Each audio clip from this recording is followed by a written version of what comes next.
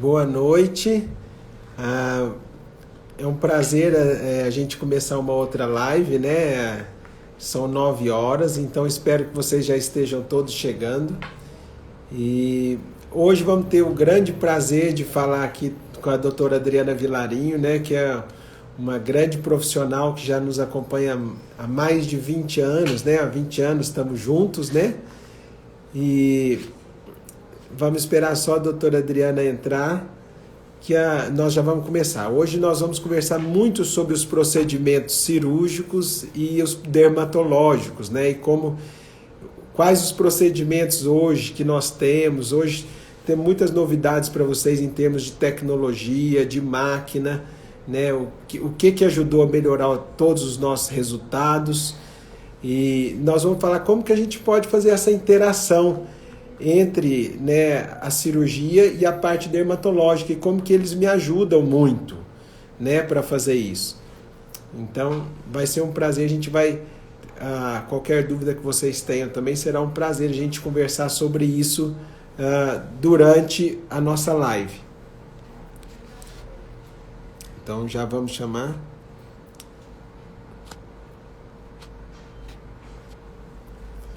Oi, Dri.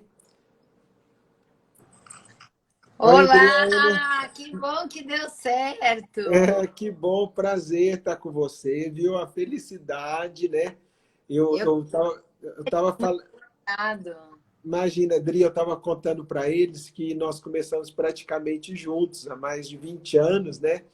E eu tenho o privilégio, você continuou com cara de menina, eu fiquei cabelo branco, né? Até Mas, merece.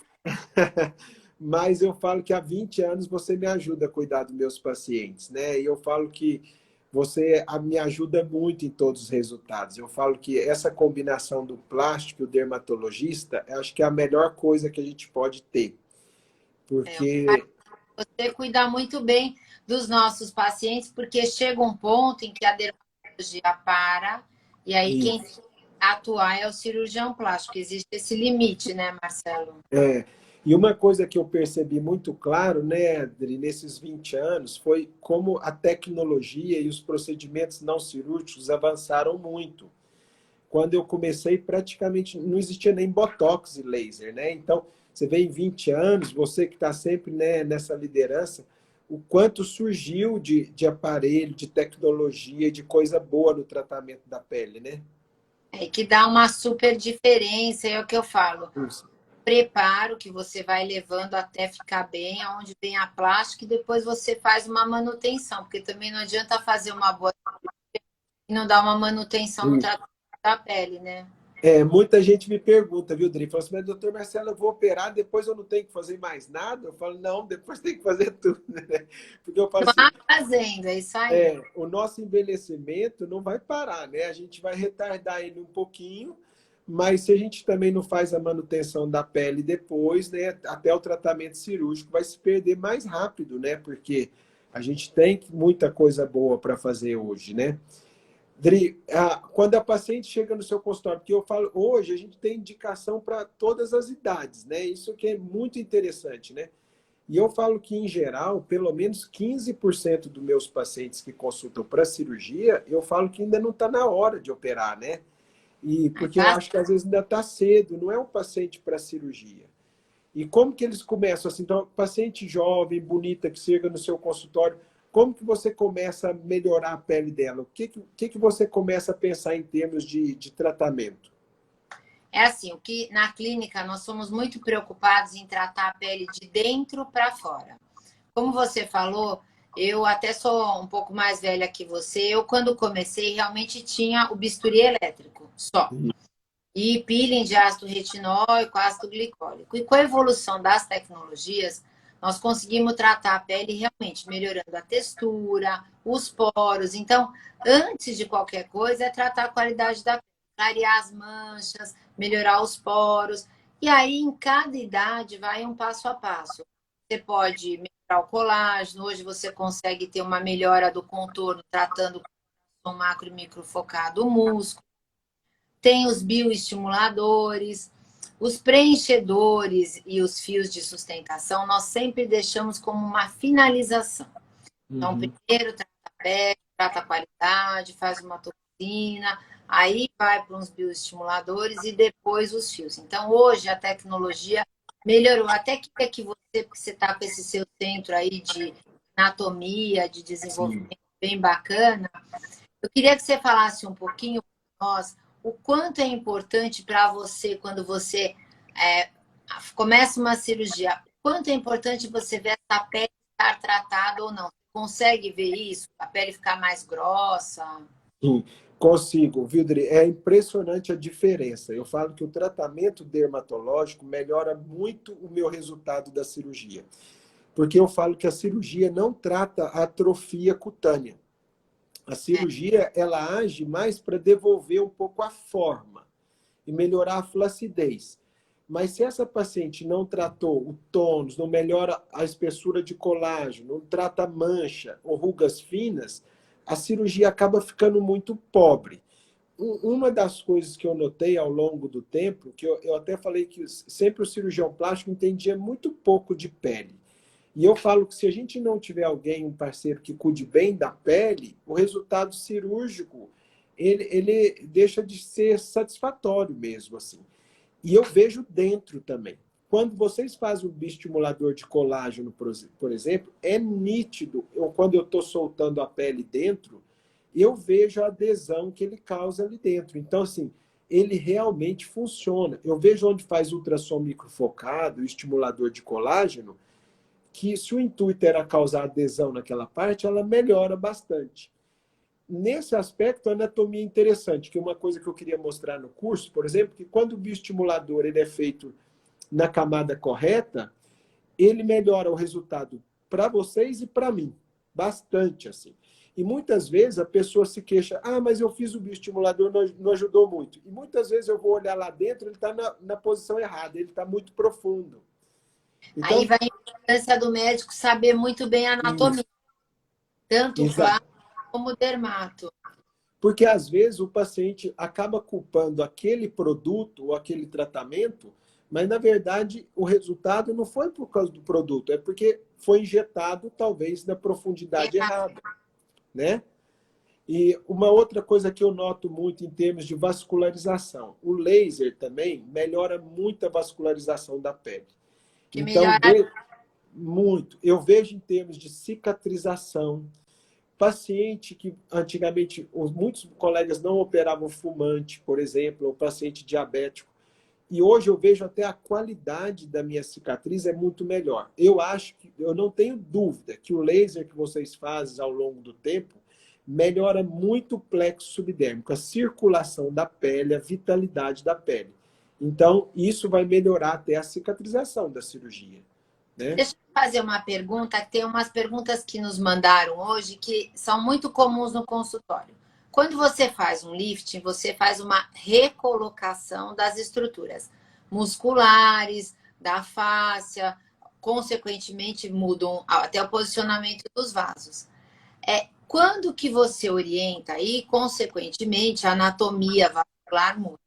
Quando que você orienta, depois de um lifting, se a paciente quiser manter, fazer um laser, um bioestimulador ou um preenchimento que faltou? Depois de quanto tempo você orienta que a paciente faça? Devido a essa mudança anatômica que existe. Perfeito. Aliás, uma das coisas que a gente quer mostrar é isso. O que que eu mexo na anatomia ali dentro que pode interferir no seu tratamento depois? Porque a gente altera, pelo menos temporariamente, a circulação local daquela pele. Eu acho que demora pelo menos 3 meses para essa pele voltar a ter uma circulação normal. Tá. Eu, como segurança, eu acho que 3 meses é um ponto seguro. Eu dou um mês a mais de margem de segurança para não ter problema. Então, para orientação geral, eu acho que o ultrassom microfocado e o laser, 4 meses após a cirurgia. De 4 meses para frente, é muito seguro. Você pode fazer seu tratamento com segurança. Mas antes de 3 meses, pode ter problema em termos de circulação, né? Me fala uma coisa. Quanto é o tempo de quanto em quanto tempo, ou seja, qual a durabilidade de um lifting facial? Hoje o lifting você faz Isso, tardiamente, né? Antes era isso, com 40, hoje nós já estamos isso. com 50. É. pouquinho disso aí. Você falou muito bem, Dri. Eu, quando comecei a trabalhar com o professor Pitagui, a gente fazia a maior parte dos lifts de 40 a 45. Hoje, a primeira paciente jovem que chega aqui é de 50 a 55. E muitas delas eu acho que ainda não está na hora ainda. Então, a dermatologia realmente, ela retardou a cirurgia. E o mais importante, a cirurgia ficou menor e menos agressiva. Eu acho que muito da cirurgia ter diminuído as cicatrizes é porque vocês melhoraram muito a pele com estimulador de colágeno, com contorno antes. E uma coisa que eu brinco sempre é que quanto menor a cirurgia fica, quanto menor a cicatriz, em número, até a gente opera mais. Por quê? Porque você aumenta o público-alvo. Porque a paciente vê que fica mais natural, fica com menos cicatriz. Então, hoje, eu acho que de 50 a 55 é a hora que elas começam assim, a pensar realmente em alguma flacidez. Eu falo que, em termos de duração, nós saímos de uma cirurgia que durava 5 anos e hoje eu falo que seguramente ela tem que durar 10 anos. Né? Se ela durar 15, ótimo. Eu acho que 10 a 15 é uma janela que eu considero ótima. Mas se eu tenho que operar uma paciente com menos de 10 anos, eu já acho pouco, entendeu? Insuficiente. Eu acho que o lifting bem feito, ele tem que visar no mínimo 10 anos em termos de sustentação muscular, que acho que é a parte que eu mais posso ajudar vocês é na sustentação interna muscular.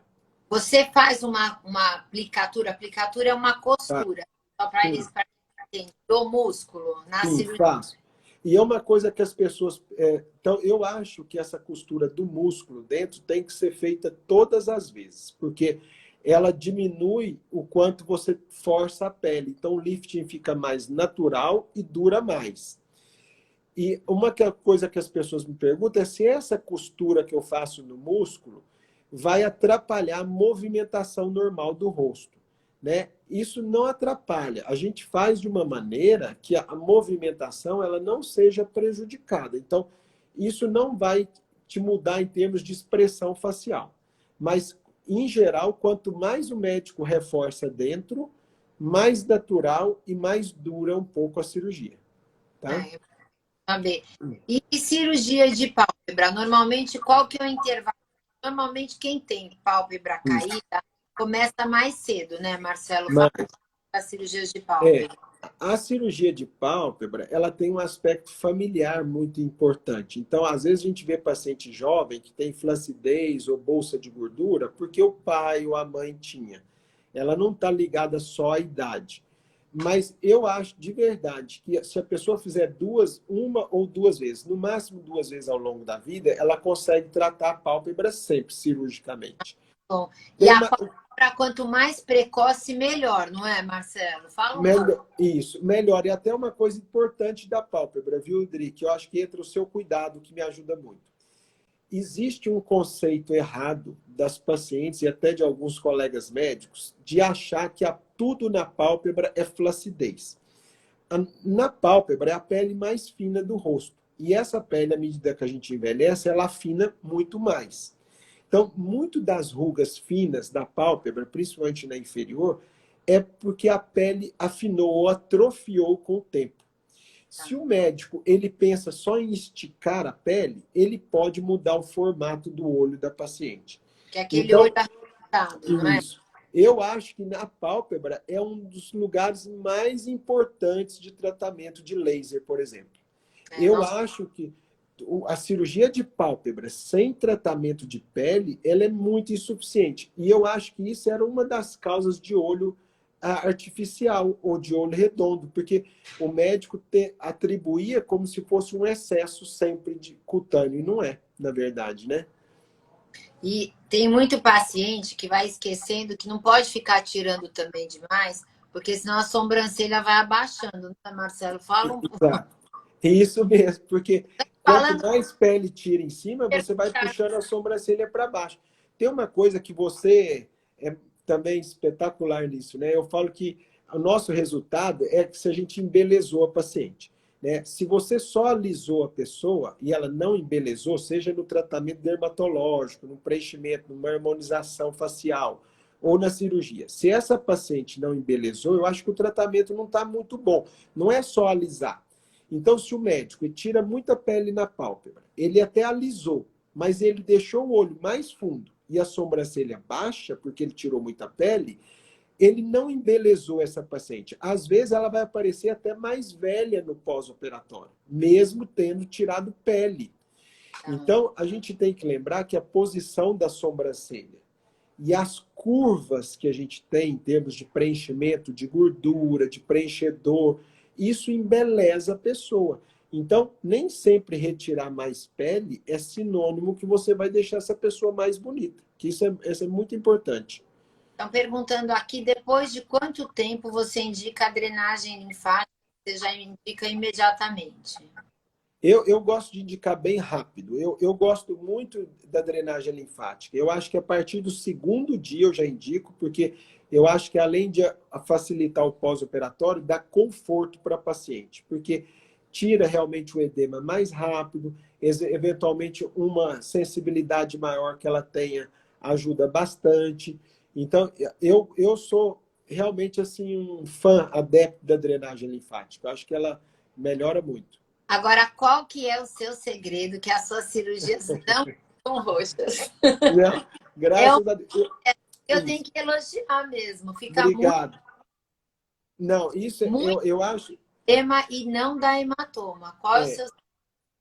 Eu acho que de verdade é o seguinte: tem muito a ver com o plano de descolamento e com o trauma interno que você faz em termos.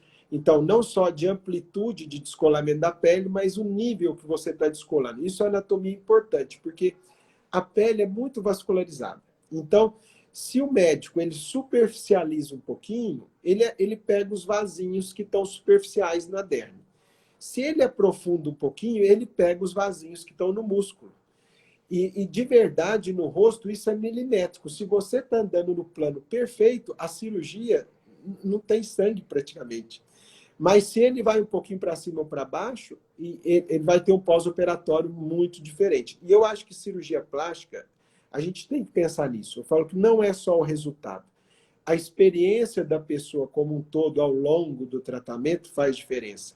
Nós não estamos tratando nenhum paciente com problemas, né, doença e tudo. Então, eu acho que a gente tem que dar a melhor experiência possível para ele no pós-operatório.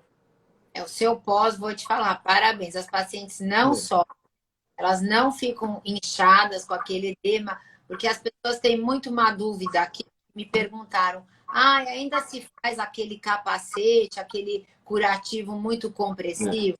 Eu Então, não vejo. é interessante isso. Por exemplo, eu não uso dreno na cirurgia de rosto já há muitos anos, mais de 10 anos. Não é que eu achei errado, é que eu acho que não precisa. Não. Mas, se o colega tem muito hematoma, ele acaba usando o dreno. O capacete é a mesma coisa. O capacete ele não é necessário. Se eu tenho uma paciente que tem, por exemplo, eu tenho claustrofobia ou eu não consigo dormir com o capacete, ela pode dormir sem nada. A única função que eu gosto de cobrir um pouquinho na primeira noite é porque se a pessoa vira de lado dormindo, eu sei que está protegido, porque sem querer, às vezes a pessoa machuca no travesseiro. Pode ficar um pouquinho, né? Isso.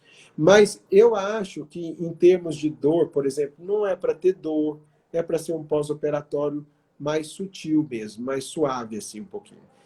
Em termos de preparo, viu, Dri? Porque muita gente me pergunta também, eu vou operar o rosto, doutor Marcelo, eu preciso fazer alguma coisa na pele antes? Olha, eu sempre falo para as pacientes, se elas tiverem a possibilidade de fazer uma hidratação de pele antes, né?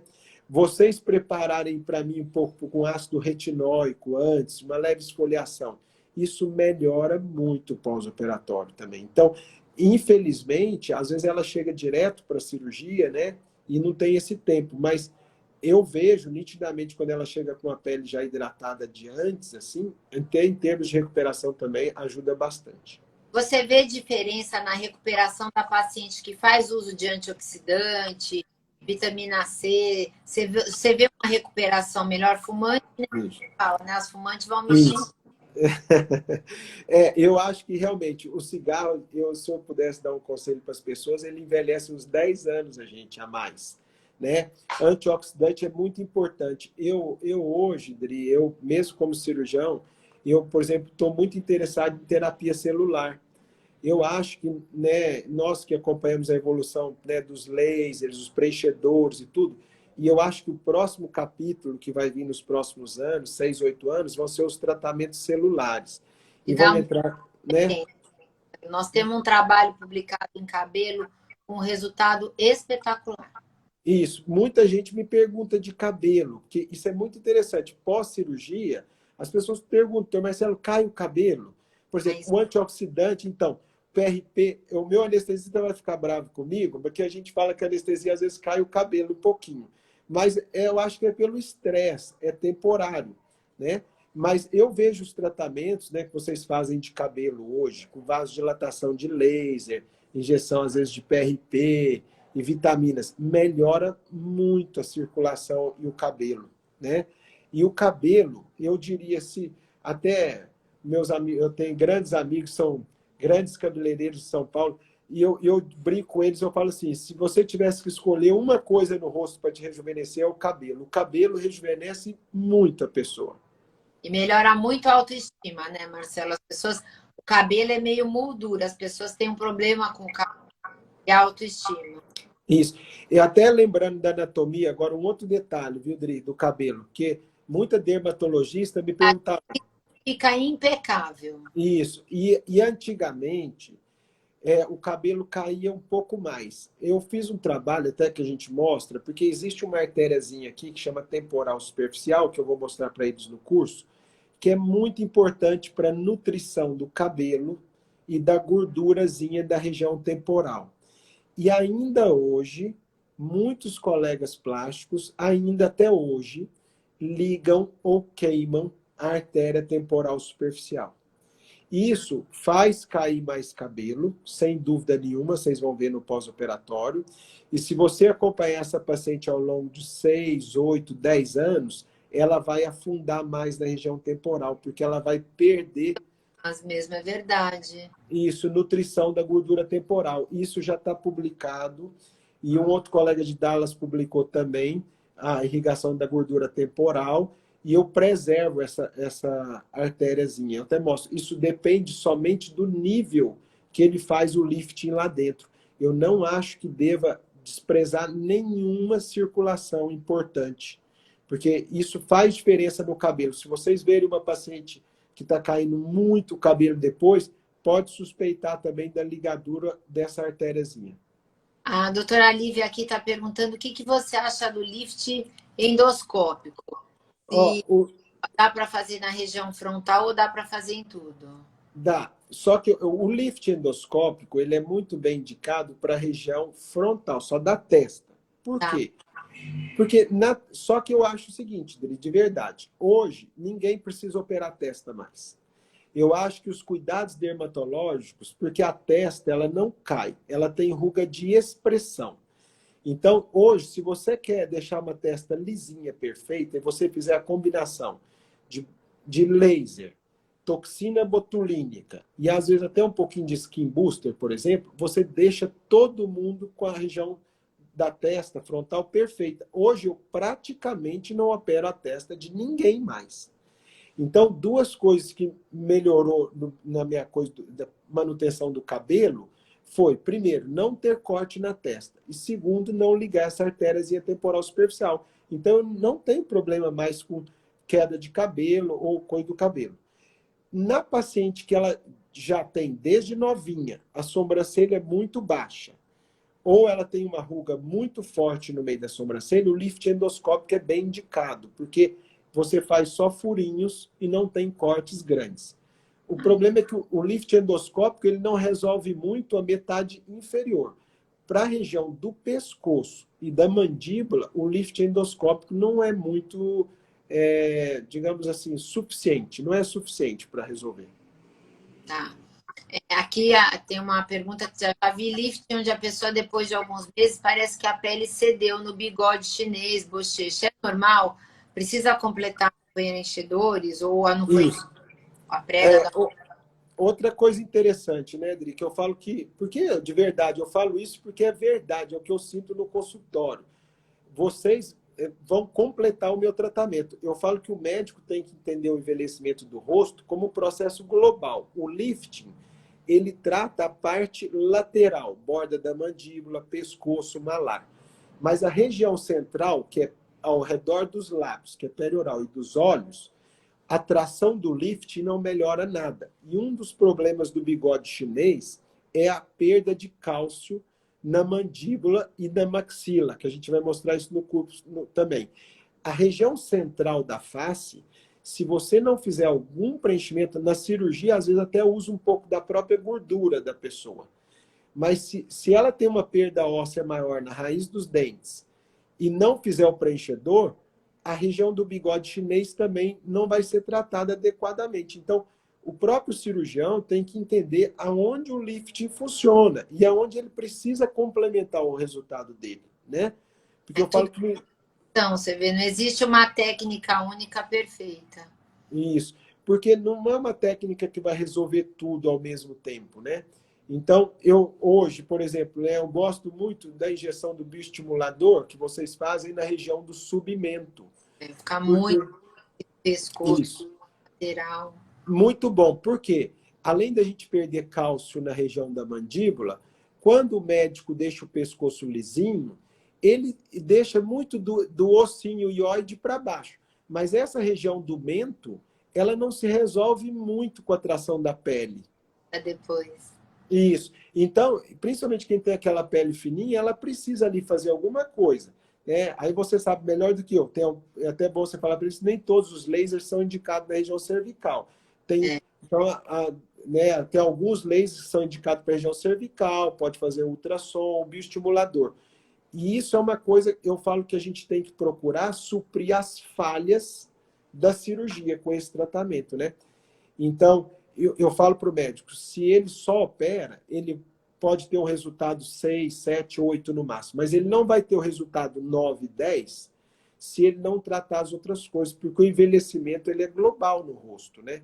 Agora, deixa eu te fazer uma pergunta que o Marcelo tá em vanguarda, tem uma máquina nova que ele está utilizando, que complementa, dá um tipo um plus na cirurgia plástica dele, e que eu tenho visto algumas pacientes já que ele tem realizado, as pacientes satisfeitas, só que tem algumas pessoas que têm feito em consultório. Fala um pouquinho da máquina, como tem sido os resultados, porque você está em vanguarda nessa máquina. Isso. Hoje em dia, essa máquina, Adri, que é uma máquina de radiofrequência interna, né? Que as pessoas conhecem o nome da empresa, né? O FaceTouch ou InMode. É bom para elas saberem o que a gente está falando, porque tem radiofrequências diferentes. Eu queria que você falasse um pouquinho para as pessoas entenderem quais são os benefícios de fazer com o cirurgião plástico, que, na minha opinião, é a pessoa capacitada para isso, que tem um ponto que o dermato para, e aí entra realmente a cirurgia. Essa máquina é uma máquina já invasiva. Então, a gente chama ela de minimamente invasiva. Então, o primeiro ponto é que eu estou fazendo uma queimadura interna. Então, primeiro, esse é o ponto muito importante da anatomia, porque a gente tem músculos e nervos importantes, não posso fazer uma queimadura ali de qualquer maneira, né? E eu preciso de um ambiente praticamente hospitalar. Muita gente me pergunta e me pede, então, mas você não dá para fazer no consultório? Eu nunca fiz em consultório, eu vou explicar para elas por quê. Porque eu acho que é pela segurança delas. Porque é uma máquina interna, eu preciso de uma anestesia, às vezes de um volume até maior, dependendo da área que ela vai fazer, se é uma área do pescoço todo, por exemplo. Ou se é no rosto todo. Pode fazer mais do que uma área por sessão, não pode? Pode fazer 2 grandes áreas até por sessão. Então, ela pode fazer o pescoço e o braço, por exemplo. Mas eu vou precisar de uma quantidade de anestésico local grande, muitas vezes de uma sedação venosa. Sempre que eu vou fazer uma sedação ou uma anestesia, mesmo que seja mais leve, mas seja uma geral mais leve ou qualquer coisa assim, eu acho que ela tem que ter o controle do anestesista e uma monitorização que eu tenho na sala de cirurgia. Por quê? Eu acho que é a minha segurança para elas, né? Eu sempre brinco o seguinte, que no consultório eu só faço o que eu consigo fazer com uma agulhinha de dentista. Então, para fechar um buraquinho do brinco, tirar uma pinta, mas eu não acho seguro que faça um procedimento cirúrgico desse no consultório, até em termos de resultado. Porque eu vou te falar, porque se você está no ambiente hospitalar, a paciente com uma sedação bem feita, ela está confortável. Então, você pode passar na temperatura que você quer, quantas vezes você precisar, porque isso não é desconfortável para a paciente. Se ela sente um pouquinho de dor no consultório, ela não vai deixar você passar da maneira adequada. E Então, nós ficamos chateados de vê-las com dor. isso, e o seu próprio resultado não vai ser igual. Quer dizer, ela vai correr um certo risco e não vai ter o mesmo resultado de você fazer no centro cirúrgico. Então, que tal? Dá para fazer tipo o rosto e o braço, os dois braços. Dá para o corpo, tipo abdômen e face interna da coxa. Adri, uma coisa engraçada, né? A paciente que é uma máquina que ajuda a encolher a pele. Então elas falam assim, doutor Marcelo, eu quero que faça uma sedação e você passar da cabeça aos pés. Posso passar a máquina inteira no meu corpo? Mas eu sempre brinco com elas o seguinte, é uma queimadura programada. Então, eu tenho que respeitar uma área corporal maior. A gente adoraria que a pessoa dormisse e passasse a máquina da cabeça aos pés. A ferro, né, Marcelo? Assim. A sensação é essa mesmo, né? Mas eu falo que a segurança, a gente calcula a energia total do aparelho. Tá. Então, quando eu estou fazendo a queimadura, o aparelho me dá em joules quanto que eu usei de energia. Então, eu tenho um limite máximo, porque senão eu vou causar uma reação inflamatória muito grande, ou uma deficiência, né, imunológica nesse paciente depois. Então, em geral, 2 grandes áreas é seguro. Depois de 4 meses, se ela quiser, ela passa em outra área depois. É isso aí, ó. A Evelyn está falando isso. A Evelyn é da minha faculdade. 100% de segurança, ela é super fã. É isso aí mesmo, para a gente ficar. E tem um pós, tem um downtime? Fala, porque tem muita paciente. Então, até para a máquina tem o downtime, né? Porque eu falo, a cirurgia do rosto, eu falo que a melhor época é quando a pessoa tem 15 dias tranquila para ela no pós-operatório. As pessoas esquecem que qualquer coisa que a gente faça cirurgicamente, o pós é tão importante quanto, né? Olha, ótimo que você está falando. Bate nessa tecla, porque eu falo para faz cirurgia sem pressa. Quanto tempo você paciente, ó, fica quieta em casa, deitada, sem se levantar, sem fazer ginástica? Isso. O ideal são 2 semanas. Eu sempre falo para elas, não é importante se é verão, se é inverno, se é começo ou final do ano. Eu falo para elas, eu quero quando você tenha tempo para cuidar de você. Então, 15 dias que você tenha esse tempo para você. Isso é muito importante, influencia muito no pós-operatório, né? E até a máquina, porque as pessoas acham que a máquina é um pós-operatório mais rápido, mas é uma queimadura, teve uma anestesia. Então, muitas vezes, nos primeiros dias, a pessoa está mais inchadinha, está roxa. A máquina, às vezes, dá um pouco de dor, viu? Tem algumas áreas, não é um dolorido forte, mas principalmente na região da face interna, da coxa e no braço, elas queixam de um dolorido. Então, se a pessoa tem esse tempo para cuidar dela, com certeza tudo vai ser melhor em termos de resultado. Não dá para fazer o lift hoje e ir numa festa daqui 5, 7 dias, viu, Dri? Que elas querem. Ah, mas eu posso ir no jantar. Eu falo, você vai ficar sem viajar pelo menos um mês. Fica quieto. Ó, a nossa amiga Flavinha Pirillo está aqui. Ela ficou ótima porque ela fez repouso.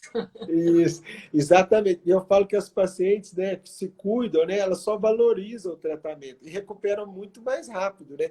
Porque eu acho uma outra coisa interessante, o médico não pode comprometer o resultado dele só para ela ir no jantar daqui 5 dias. Então, por exemplo, o médico fala, tá bom, então eu vou te operar daqui 5 dias, você está no jantar. Mas vai fazer um tratamento que ou não vai ser eficaz o suficiente, ou vai durar pouco. Então, quantas vezes ela vai operar o rosto na vida? 1, talvez 2 no máximo, na vida inteira dela.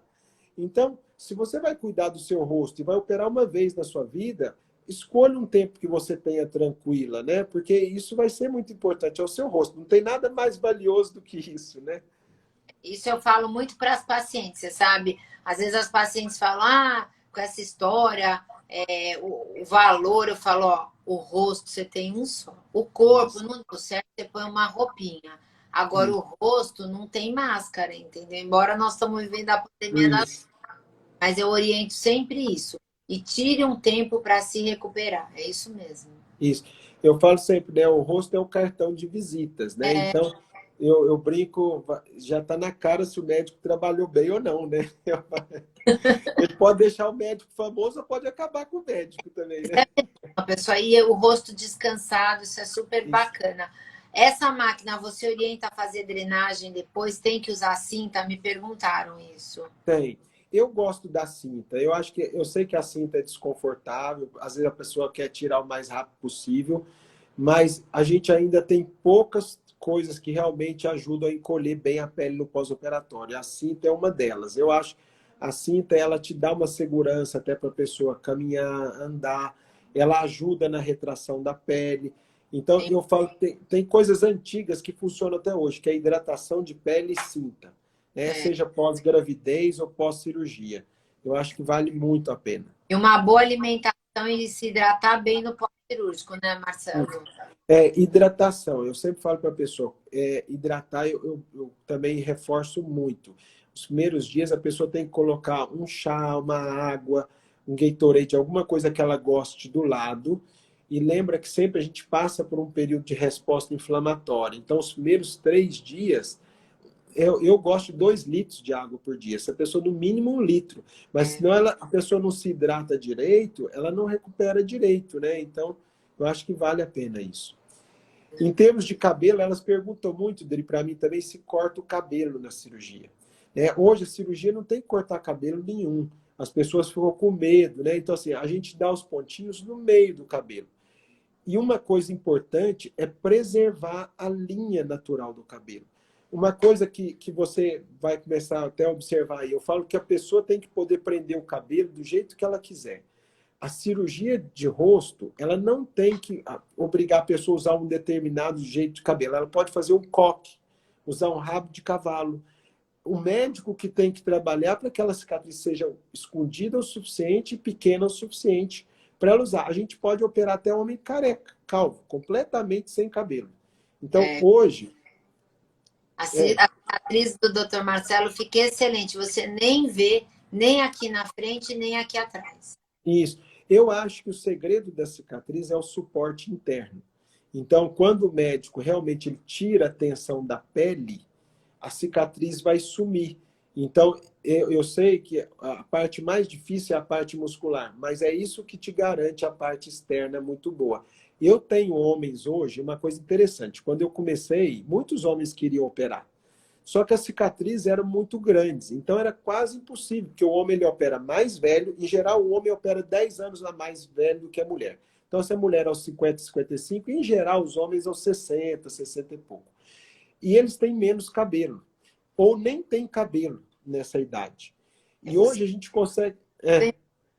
Então, Não, e hoje a gente consegue fazer cicatriz bem pequenininha no homem, mesmo sem cabelo, mas, e ficar bem natural. Então, isso hoje eu tenho 1/4 dos meus pacientes são homens.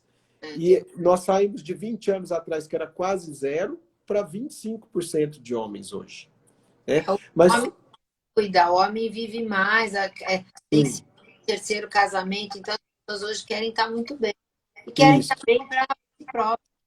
Isso. E uma coisa que também as pessoas perguntam muito, você vê muito isso também com os preenchedores, bioestimuladores, lembrar que própria toxina, a estética do homem e da mulher é muito diferente. Oh, Então, quando eu converso sobre cirurgia de pálpebra, de rosto e nariz, eu explico muito para o homem o que é desejável no homem, né? Você nunca deve operar um homem com a mesma técnica ou característica da mulher.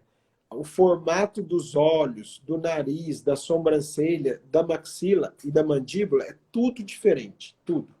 Né? E até gostaria de falar isso com você, assim, às vezes a gente vê hoje algumas harmonizações que a mulher às vezes fica muito quadrada embaixo, não né? pode. É, né? Perder a feminilidade. Não pode isso também, né?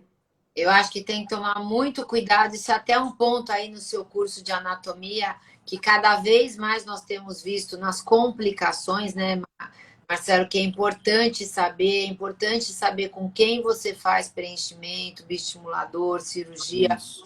porque existem complicações sérias E hoje nós sabemos que tem alguns preenchedores que o prazo não é o real que a empresa fornece. Então, você deve ver muito nas cirurgias que você abre com pacientes que fizeram preenchedores há 2, 3, 5 anos atrás, e o preenchedor ainda está ali, não é? Isso. Isso é uma outra coisa importante, Dri, que eu acho que nada substitui o olho do dermatologista. Então, uma coisa, se eu tivesse dar um conselho para as pacientes que, né, até vão do seu consultório e te procuram, ouve o seu dermatologista, porque às vezes a paciente ela põe na cabeça dela que ela tem que fazer tantas ampolas de tanto em tanto tempo. Pelo amor de Deus. Nada substitui o olhar estético do dermatologista, porque o que a gente nota lá dentro é que os laboratórios às vezes falam que um determinado produto dura 1, 2 anos, e eu acho o produto lá com 4, 5, 6 anos. Então, se o dermatologista vê que você já está com um malar lindo, vai preencher outra área, fazer a região temporal, usa toxina, mas não fazer sempre repetido a mesma coisa. Não existe aquela receita de bolo que às vezes a paciente, a cada 6 meses ou a cada mês eu vou botar tanta ampola no mesmo lugar. Não pode, coloca no máximo 2 ou 3, não põe Isso, pouco por vez. isso. Fora isso aí dá uma compressão na drenagem, toda a microcirculação, não é, Marcelo? Altera toda a microcirculação. Uma das coisas que a gente está vendo hoje é a influência quando é exagerado, né? Obviamente. Quando o preenchimento é muito exagerado, atrapalha até a movimentação muscular, né? O músculo fica endurecido, infiltrado, inflamado. Então, muitas vezes, quando o lábio perde aquela maciez normal ou perde o movimento normal, é porque já tem tanto preenchedor naquele local que começa a interferir na harmonia facial, né? Na expressão mesmo. Fibrose, não é? Fibrose mesmo. A gente vê isso também, viu? Porque eu gostaria de lembrar que os preenchedores são absorvidos por reação inflamatória. Então, é uma reação inflamatória repetida. Se você não respeita os limites, essa inflamação também vai causar uma cicatriz interna. Isso que vai atrapalhando a movimentação muscular. Tem que tomar esse cuidado. Adorei esse curso que você vai fazer. Eu vou falar na clínica. Vai ter mais que uma edição? Vai, uma coisa interessante, então vai ter no dia 16 de janeiro a primeira edição, e o curso vai ficar disponível 1 mês online para quem não puder assistir no dia 16 e quiser assistir em casa depois, quando quiser. E com certeza a gente vai fazer outras edições mais focadas nas dúvidas que aparecerem.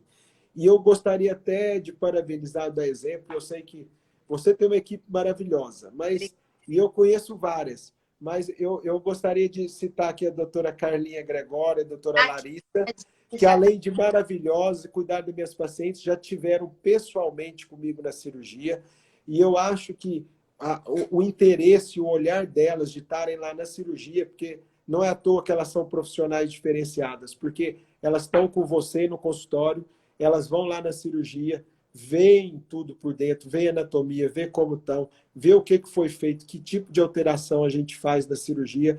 Então, são profissionais completas. E eu sei que quando elas estão com vocês, eu tenho uma tranquilidade enorme, porque eu sei que elas entendem do que eu fiz ali dentro, entendeu? Não, elas adoraram, super elogiar, e as pacientes que elas vão são pacientes super queridas. Eu até, às vezes, não consigo ir, elas vão lá. E é muito bacana ver isso. Todo mundo fica super satisfeito. Parabéns, viu? Parabéns mesmo. Dri, eu adorei nossa conversa. Obrigado. Muito obrigado. O tempo voou. Você vê que eu falei Voou. que a gente ia falar meia hora, 45 minutos. Mas eu sabia, porque a gente poderia conversar dias aqui. No futuro a gente vai repetir isso. Tá? Um beijo, um Feliz Natal e obrigado a todos. Feliz Natal para vocês todos. Obrigado, Dri. Beijo. Beijo. Tchau. Obrigado. Tchau.